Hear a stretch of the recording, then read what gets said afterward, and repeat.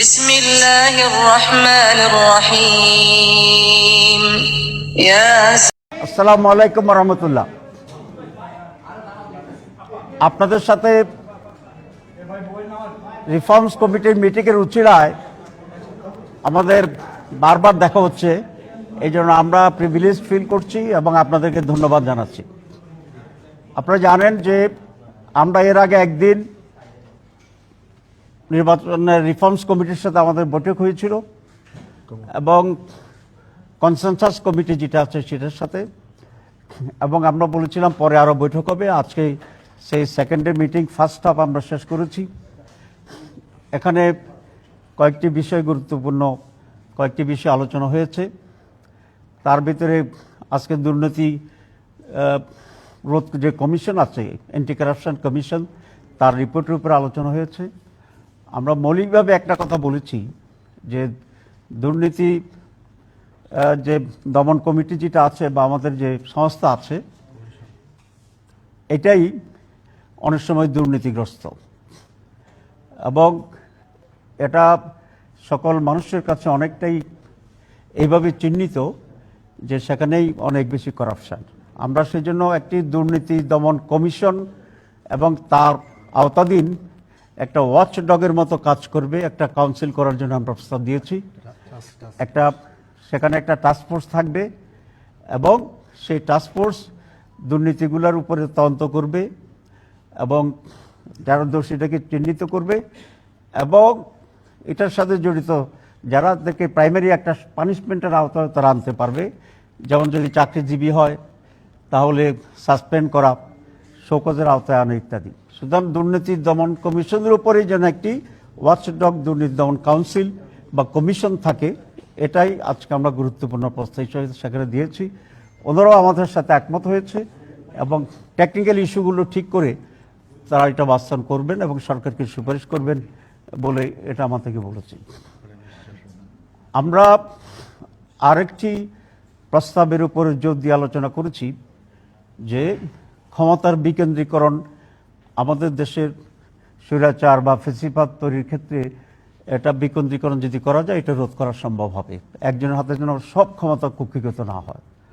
সেই জন্যই আমরা এটা প্রস্তাব করছি যে যে কোনো একজন ব্যক্তি প্রধানমন্ত্রী এবং সেই দলের প্রধান থাকতে পারবে না। একজন প্রধানমন্ত্রী থাকবেন, তিনি দলের প্রধান হবেন না, আর যিনি দলের প্রধান থাকবেন তিনি প্রধানমন্ত্রী হবেন না। এরকম উদাহরণ পৃথিবীর বহু দেশে আছে। আমাদের পাশের দেশ যে ভারত, সেই ভারতে তো এটা বারবারই প্র্যাকটিস। আপনারা জানেন সোনিয়া গান্ধী যখন কংগ্রেসের সভাপতি তখন মনমোহন সিং ছিল রাষ্ট্রের প্রধানমন্ত্রী। আজকেও যে মোদি সাহেব আছেন তিনি কিন্তু পার্টির চিফ না, উনি প্রধানমন্ত্রী, তার পার্টির চিফ আরেকজন। আপনি যদি আমেরিকাকে দেখেন তাহলে আমেরিকার যিনি প্রেসিডেন্ট আজকে তিনি কিন্তু রিপাবলিকান দলের প্রধান না। সুতরাং সারা দুনিয়াতে এই ব্যালেন্স অফ পাওয়ারটা আছে। তো আমরা এই প্রস্তাব করেছি যে একজন প্রধানমন্ত্রী এবং পার্টি চিফ দুইটা একসাথে থাকতে পারবেন না। গত মিটিংয়েও আমরা কিছুটা ইঙ্গিত দিয়েছিলাম, আজকে এটাকে আমরা আরও ইন্টেন্সিফাই করেছি এবং এটাকে আমরা খুব ক্লিয়ারলি আজকে আলোচনা করেছি। ওনারাও আমাদের সাথে একমত হয়েছে যে একজন ব্যক্তি দুইবারের বেশি প্রধানমন্ত্রী থাকতে পারবেন না,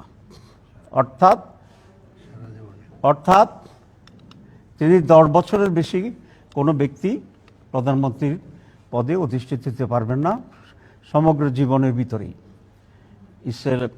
উনি যদি আরও বেঁচে থাকেন, অনেক সময় থাকেন, আল্লাহ হায়াত দেখ, দেখে দোয়া করি কাল্পনিকভাবে যিনি এরকম হবেন আর কি, কিন্তু উনি দুইবারের বেশি আর প্রধানমন্ত্রী থাকতে পারবেন না। তাতে করে একটা ব্যালেন্স হবে যে এমন কিছু কাজ উনি করবেন না হয়তো যে কাজের জন্য উনি ঘৃণিত হবে এবং মানুষের কাছে প্রশ্নবোধক হবে।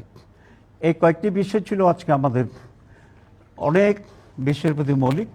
আরও কিছু বিষয় আছে, আমরা আশা করি আপনারা কষ্ট করে আলোচনার শেষে থাকবেন, তখন আমরা পূর্ণ দিনের জন্যে একটি ব্রিফিং আপনাদেরকে দিতে চেষ্টা করব ইনশাল্লাহ। সেটাই ডিটেলিং করা হয় নাই ইন বিটুইন। এটা তো যেহেতু অ্যাডমিনিস্ট্রেটিভ ইস্যু, এটা তো অনেক ওয়ার্ক করে সেটাকে ফর্ম ঠিক করতে হবে। আমরা নির্বাচনের বিষয়ে আলোচনা করেছি, যেটা খুবই গুরুত্বপূর্ণ।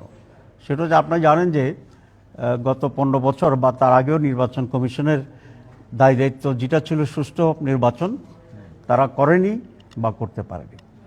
এর অন্যতম প্রধান কারণ হচ্ছে আমাদের বিদ্যমান আইনে নির্বাচন কমিশনারদের ত্রুটি বিচ্যুতি এবং তাদের ভুলভ্রান্তির জন্য খুব বেশি শাস্তির কোনো সিস্টেম আমাদের দেশে নেই। আমরা এবার বলেছি যে তাদেরকে ইলেকশন কমিশনার যারা আছেন তাদেরকে চাকরিকালীন সময়ে তো সুপ্রিম জুডিশিয়াল কাউন্সিল তাদের উপরে শাস্তি নিশ্চিত করতে পারেন এবং সেটাকে তারা ইনভেস্টিগেট করতে পারেন। কিন্তু আমরা বলেছি যখন তাদের চাকরি চলে যাবে, মেয়াদ শেষ হবে, তখন কোনো আইনের আওতায় তারা থাকে না। এবার আমরা প্রস্তাব করছি তাদের জন্য একটি আইনের সংশোধন করে জবাবদিহির আওতায় আনতে হবে এবং নির্বাচন কমিশন থেকে রিটায়ার করার পরেও তাদেরকে শাস্তির আওতায় আনতে হবে।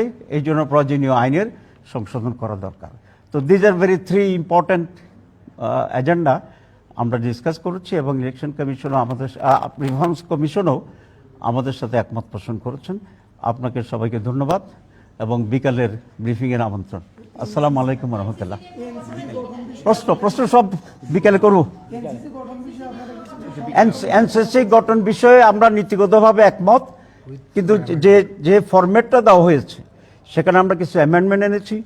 মূলত প্রধান বিচারপতি এবং রাষ্ট্রপ্রধানকে তারা প্রস্তাব করেছিল বোর্ডের ভিতরে। আমরা বলছি এটা আউট অফ বডি করতে হবে, তাদেরকে এখান থেকে দূরে রাখতে হবে। কারণ কোনো ক্রাইসিস যদি হয় তাহলে সেটা সলিউশনের জন্য মানুষ যাবে কোথায়? Either head of the judiciary, supreme chief বিচারপতি অথবা president to face the crisis. এই জন্য এই দুটার নামকে ওই কমিটির ভিতরে কনস্টিটিউট করার ব্যাপারে আমরা আপত্তি করেছি। Thank you very much.